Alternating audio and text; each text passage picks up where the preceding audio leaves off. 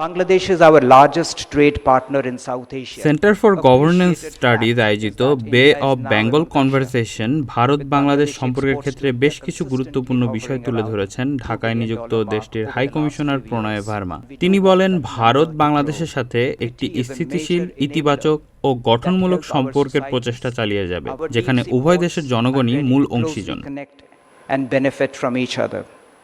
ভারত বাংলাদেশের মধ্যকার আন্তঃসম্পর্কের ওপর গুরুত্ব তুলে ধরে হাইকমিশনার জোর দিয়ে বলেন, বাংলাদেশের সাথে সম্পর্কের ক্ষেত্রে ভারত দীর্ঘমেয়াদী দৃষ্টিভঙ্গি ধারণ করে এবং বিশ্বাস করে যে এই দুই দেশের শান্তি, নিরাপত্তা, অগ্রগতি ও সমৃদ্ধি পরস্পরের সাথে জড়িত। তিনি বহুমুখী সম্পর্কের প্রতিফলন হিসেবে বাণিজ্য, পরিবহন ও জ্বালানি সংযোগ এবং মানুষে মানুষের সম্পৃক্ততার ক্রমাগত অগ্রগতির ওপর জোর দেন, যেখানে রাজনৈতিক পরিবর্তন নির্বিশেষে আমাদের পরস্পর নির্ভরতা ও দ্বিপাক্ষিক মঙ্গলের বাস্তবতা পুনর্ব্যক্ত করা হয়।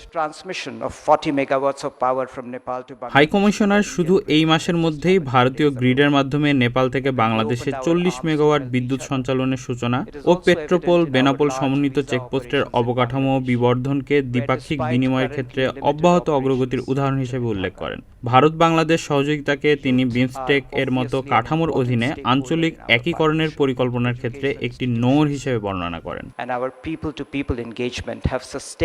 হাই কমিশনার শান্তি, নিরাপত্তা ও উন্নয়নের জন্য আমাদের যৌথ আকাঙ্ক্ষা পূরণ করতে এবং অংশীদারিত্বের মাধ্যমে উভয় পক্ষের সাধারণ জনগণের উপকার নিশ্চিত করতে বাংলাদেশের সরকার ও জনগণের সঙ্গে একসাথে কাজ করার প্রতিশ্রুতিও ব্যক্ত করেন। The overall forward movement in our relations.